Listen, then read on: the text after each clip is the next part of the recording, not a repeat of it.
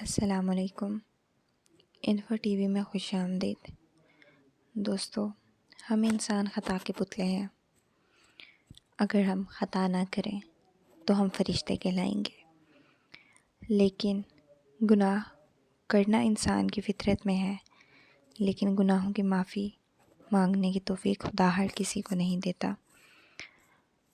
توبہ کا در ہر وقت کھلا ہے، اس لیے ہمیں چاہیے کہ اپنے اللہ کی بارگاہ میں توبہ کریں۔ اس کے لیے میں آپ کے ساتھ ایک وظیفہ شیئر کرنے جا رہی ہوں، جس کو کرنے سے اللہ تعالیٰ اپنی رحمت نازل کرے گا۔ بے شک وہ رحم کرنے والا ہے، وہ غفور الرحیم ہے، تو وہ آپ کے گناہوں کو معاف فرما دے گا۔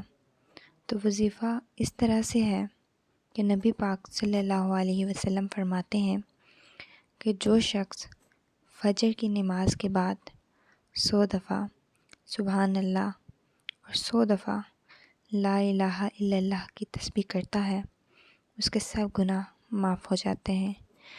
اس کے گناہ اس طرح سے معاف ہو جاتے ہیں جیسے اس نے گناہ کیا ہی نہ ہو، اور چاہے وہ گناہ سمندر کے جاگ کے برابر ہوں۔ لیکن اس عمل کو کرنے سے اللہ تعالیٰ اس کے گناہوں کو معاف فرما دیتا ہے۔